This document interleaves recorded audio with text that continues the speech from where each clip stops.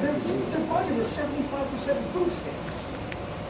75% of the USDA right now goes to food stamps. It doesn't go to crop insurance. And so when I look at the way we're spending money on agriculture, people want to complain about subsidies on milk and subsidies on corn. The only thing that we have, subsidies came about to keep prices of food at a certain level. And what you're seeing right now in the Middle East, in Egypt, Syria, these all started from food riots. Food riots is what's caused the chaos in the Middle East right now. They blamed Mubarak, they blamed Gaddafi. It was the influx of the price of food. I'd like to believe that that's a lot of our responsibility too. The wheat that we're putting out overseas, we've got China buying real estate in South America, trying to flood the food market. But I really believe when it comes to subsidies, when it comes to farmers, that if we're going to make cuts across the board, subsidies are going to be, you're not going to be able to cut half of the federal budget and not cut subsidies, but we're going to target subsidies. I really believe we're playing in professional bigotry. And that concerns me. What capitalism is, you make your own way, and you can't make it, you quit or get bankrupt. That's You're right. That's capitalism. That's what's wrong. That's what's wrong with Bush when he voted to bail out the banks. You're absolutely right. This is what you should say the same thing. But see, but the reason why I can't say the same thing though is because the problem that has been put onto the farmers is government created. It's not the farmer's fault. Sometimes the government can just stop it. But if they stop it at this moment, now what do you have? You have a bunch of farms that have nothing but corn, and there's no soybeans. And there's not all corn. You can't go by anywhere. You don't see hardly a tomato, anything. All this stuff is coming from Mexico and everywhere because the farmers are growing corn. What did you want to what happened? I would have answered this question. Corn farmers are not getting subsidies right now. The price of corn got so high, the government is not giving them subsidies. One year in a bad year, will the government pay you for not growing it? No. I heard about it. I had a son-in-law who grew corn, and he got subsidies. Actually, They will not get paid for not growing corn this year. They will get. This year. Since the ethanol started. Well, what do you grow all year long, otherwise? Alfalfa and oats and you grow less You don't grow corn. You do a lot of corn, but my corn is all grown. Yeah, how much corn do you grow My compared corn to the other? is all grown to feed the cows that I have on my farm. Well, then you feed the cows, and the cows eat the corn, and then when I eat the meat, I get an allergy. Well, I mean, there's, I guess there's all, sorry, I apologize if you have an allergy. I know it's one way. I'll answer one more question. Okay, go ahead. But I mean, to get the corn on you, my social issue. I'm a unapologetic social. I mean, about the poor. Oh, you're saying social policy?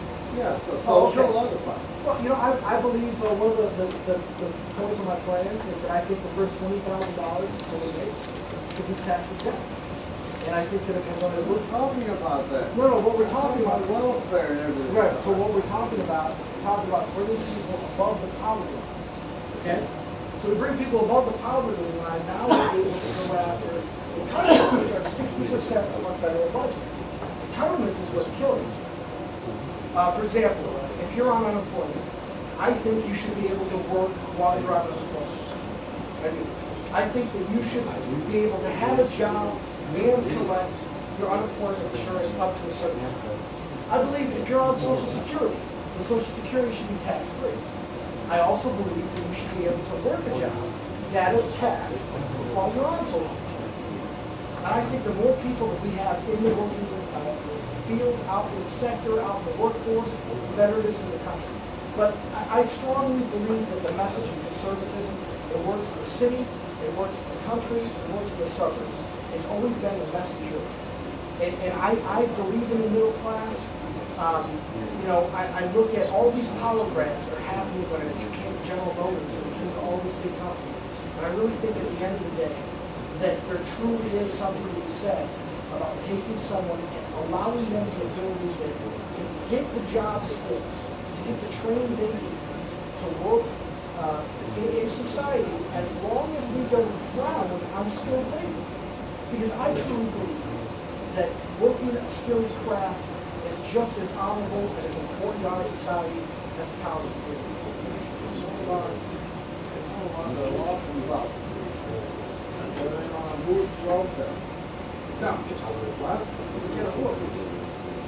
Or against it. I go against it. Give me one more issue about foreign policy.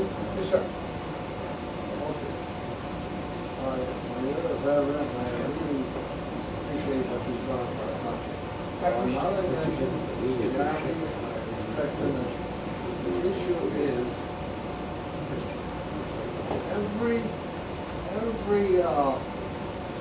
not as I know, every president was in the wars, came back and did something for our country. Take Harry S. Truman.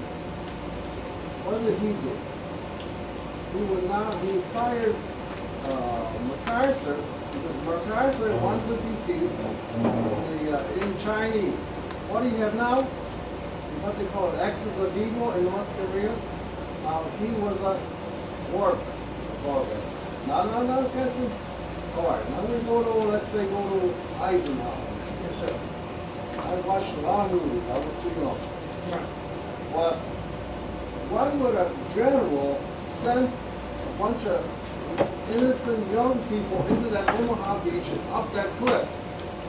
They killed how many and massacred them. Then he became president. And you know what he did at the end of this? He says, beware of the military-industrial complex. And what does that mean? Don't do anything. What are you? The finest jets in the world we got. We got a helicopter that you can't find. You know, and they went over there and killed Osama bin Laden. And he was a general. Right. The next thing was JFK. You know what the PT-105 what it was? He was a hero. What did he do? He let the Castro take over Cuba. You have my pledge that I will not start a war. What? I said I'm not looking to start a war. But I will tell you something. Our equipment isn't world class because of the technology in it. It's world class because of the men and women who operate it. That's number one. It's the soldier, marine, airman, and sailor that makes our equipment and our military world class. Because that tank would just sit there, driving it around, lazy targets, knocking them out. As far as D-Day goes, I mean, I don't quite follow you on that. Well, Omaha Beach, you know what that is? No, it's D-Day. We just celebrated the 60th anniversary. Well, I mean, that's what I'm talking. Why would the general? Because they need people in there. See, that's what combat and service is about. We It do is not. things. Well, I better be there first before you Tell me, But the thing why is, would they a wear general? bulletproof vests and not dress in the 16 area. I'll try not, only on It's just the Fridays. idea is that he is waiting to ask a question. I'm sorry, go No, ahead. that's fine, I'd like to ask a question, please. Yeah. Can you tell us about your own educational background, and then we can comment about your feelings about public education and private education, or college system, and so forth. Absolutely. You know, I believe when I spoke about No Child Left Behind, it's something that I feel strong about because I'm seeing right now so much. My peers are teaching and now they're superintendents. The kids I went to school with, and my friends are now part of the public. I went to Linneville Central High School in Linneville. And then I went to Franklin Pierce College and I went to the University of Norfolk after that. My study, I went from biology major to a theater major, which allowed me that interesting course to be on the infantry. But what I want to talk to you about public schools in particular is that we don't incentivize teachers, and I think that's wrong. I think that if we have teachers that are doing good things, they should be put on a pedestal. They should be given incentives via their salary. You know, but at the same time, this government money with strings attached that comes through bills like No Child Left Behind, it comes into a school district and it tells a teacher, you can't teach children how to think, you have to teach them what to think. And if you I haven't yet to meet a teacher that looks at No Child Left Behind and says that's great legislation. We don't need the federal government involved. We don't need to tell communities what programs they can afford and which ones they can't. They're putting a gun to a lot of these administration's heads and saying, you know what, cut the football program, you'll have pitchforks and torches in your backyard, but you're going to have to get rid of the marching band and musical theater. And those are decisions that are being made because we're mandated to make certain choices. And because the state doesn't have control of that money, the federal government needs to follow the tenets of federalism and give that money, with those strings attached, to the states so that the communities and local teachers can control that. However, vouchers are not, I think vouchers are a good thing.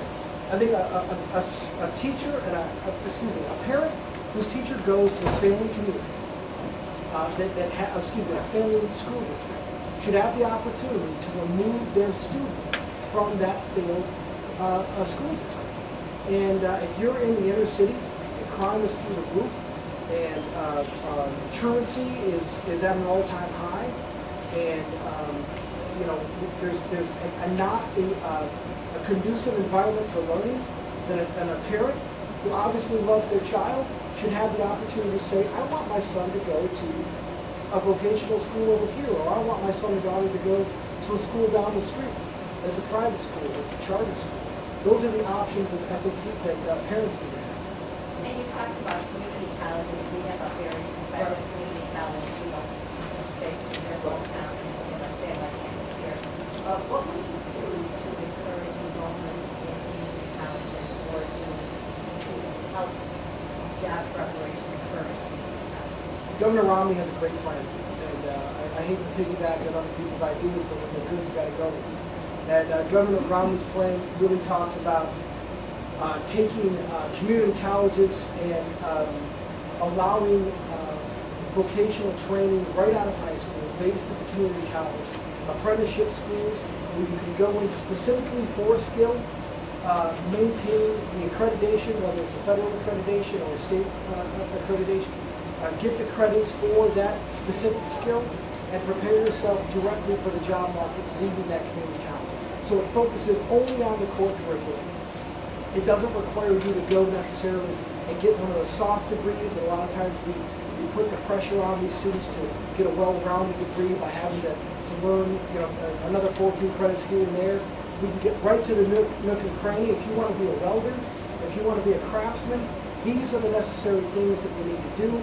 Here are the licenses you need to pass and be qualified for. And here is the job market that you're going to enter into. I find it odd that when you go to your credit report today, you look at your credit card, on the back of your credit card it says, if you paid the bare minimum, it would take you 47 years to pay $20,000, and you're going to pay $48,000 in 27 years. But when you go to college today, and you decide to major in something like physical education, there's never any disclaimer that shows this is your competition for this job. I don't think we do a good enough job to educate students in college on what their majors are and what their job opportunities in that field are. So you're thinking of community college more as a trade school than as a No, college? the opportunity. What I'm saying is that community college, there is very few institutions, few and far between, that offer those. You have to go to an ITT Tech, or you have to go. There's no reason why community colleges can't offer the same concentrated efforts in those fields. And at the same time, I'm saying when you go in as a freshman to a 4-year degree program, you should be able to have the information. A parent should have the information to be able to look at a degree and say, you know what, I'm going into major basket weaving, and now I'm shocked that I can't get a job. I'm shocked that there isn't an industry for what I was taught. And I think that almost we have to educate students when they're getting an education and what they're getting into, what they need to prepare for. Because at the end of the day, an education should prepare you for the workforce. I don't think we have enough concentration on that. And I truly believe it starts at the very earliest stages. I truly believe that teachers have to be empowered to build on those fundamental beliefs that encourage wisdom at a young age. That take these kids that are earning and doing outstanding things, that are earning these gold stars, and not say, you know what, we're all on the same standard. You know, there's classes right now my son's taking, and it's pass fail. No. I don't like pass fail. It doesn't motivate me pass fail. I want to know that I did the best I could do. You know, and I just don't see that right now in the Pratt University. I'm sorry. What are your thoughts on I talked to a business owner in Manila County, and she told me, I believe that we should raise minimum wage because my workers work hard and they deserve a raise. And so I told her, I'm going to tell you, then give her a raise. If you want to pay your employees more, give them a raise. But what happens when we raise minimum wage is we don't just raise minimum wage, we raise wages across the board. Because now everyone has to compete with minimum wage, and the person who suffers the most is the business owner. The business owner now has to take someone in and says, look, you know, I'm now forced to pay you $8.90, $9.20, whatever the government decides to put in. New York State is going to go above that. And now, and it truly is a state issue. I mean, federal minimum wage should be raised, but the state can do what the state has to do. But I don't believe it helps. What is going to help is creating jobs that aren't minimum wage jobs. To have an environment where people can create jobs that people can put, you know, 5 to 10 years into. Be a part of a community, part of an industry that's thriving. Minimum wage jobs have a purpose, and there's nothing wrong with working a minimum wage job. But to artificially bring it to a level, it hurts everyone across the board. It takes that business owner, and now he can't hire more people. So the shell game that we have is, would we rather have 3 employees making an elevated minimum wage, or would we rather have 5 people able, you know, to provide for their family and make the story? So that's how I feel. as a retailer, trying to have more retail business means that the consumer has to have more money in their pockets. As a congressman, if you're successful in your a freshman in Congress, New York State is wealthy in politics and also strong arm in politics. As a brand new person with great ideals, how are you going to make an effective change for rural Wyoming County, rural Erie County, your district, and bring back some of that wealth? Are you going to have leverage? Are you going to have enough behind you to say, our district needs what I'm asking for? Well, I mean, the straight answer, as I look you in the eyes, is that you start, and everyone starts as a freshman, and you build respect. You have caucuses that you sit down with, and you try to build rapport. I've got the advantage of having 13 of my brothers in arms, and we helped elect in the Congress, so I automatically have a caucus of 13 when I come in. I believe strongly that if I were to be on the Armed Services Committee, my pedigree as an infantryman is going to help me have a louder voice in the Armed Services Committee than State Representative Hopewell has now. But it's all about building relationships, but more importantly, it's about earning respect. And I think that at the end of the day, you're going to have to put your flag down and say, you know what, these issues, I'm just not going to back down. You know, one of the things that people on the right don't talk a lot about is preemptive legislation. The left does it all the time. We see where the liberal train is coming, and conservatives need to pass legislation to stop them in their tracks. And conservatives don't do enough of that. I believe that we can kill a lot of the unnecessary burdens on businesses, on retail businesses, on farms, on entrepreneurs, by cutting these pieces of legislation off the tracks. But any freshman that comes in is going to have to immediately prove themselves. Every walk of life, everything I've ever done in my life, I've started out in the same uniform with the same haircut. And whether I was a freshman in college, I started an organization. 3 guys sat down in a basement and we said, we're going to start a veterans group.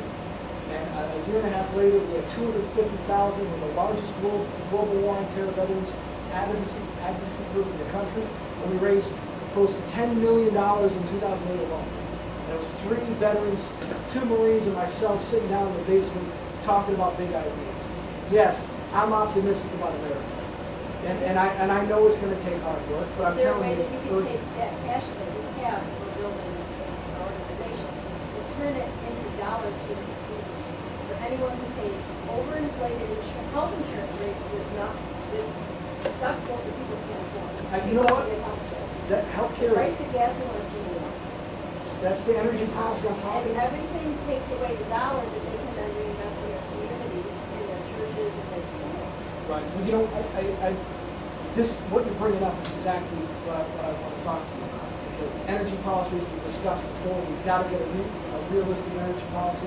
15% of your household income goes in your gas tank. That's garbage. That's number one. The second thing is you talked about Obamacare and health care. Republicans can't just say we disagree with Obamacare. We've got to have our own solution. And I have my solution that I'd like to say that, I looked at what Newton Rich had to say, what Romney has to say, but you know what? There's a lot of things I'm hearing from constituents that make a whole lot of sense. For example, tort reform. Lawyers have to have a cap on how much they can sue doctors for. The reason why you have 3 MRIs when you go to the doctor is because they're afraid to get sued. Tort reform has to be one step. Second step is an employer should not control your insurance. If you lose your job, God forbid, you shouldn't lose your health insurance. And the way to get prices down is to have a cooperative community approach for private citizens to buy insurance, just like you do for car insurance. A bunch of people get together in Wyoming County, get together in Arcade, in Medina, in Albion, in Mount Morris, and they say, we want to buy State Farm insurance. And State Farm is now in the business of health insurance because we've allowed interstate competition. I had a great insurance policy in Washington, D.C. When I came home to Batavia, I couldn't use that because I didn't live in the confines New York State wouldn't allow it in. Interstate competition, tort reform, communities that are controlling their own destiny, and how about a patient allowing the companies to allow a patient to have a la carte services? What if you don't want certain services for your family? They don't meet your needs. I believe that the one condition that I agree with overhauling healthcare currently is I think the pre-existing conditions should be covered. I don't believe that we should punish someone for having a pre-existing condition. And I believe that we can put that in a new healthcare plan. But we can save consumers money by allowing that Geico lizard to start selling you insurance. The more competition, the more rates are reduced.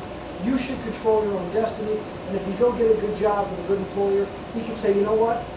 I'm going to cover that insurance for you. And that would be his incentive to have you on the team. But I don't believe it's incumbent upon a business owner, a factory, a company, anyone to come in and control your health care.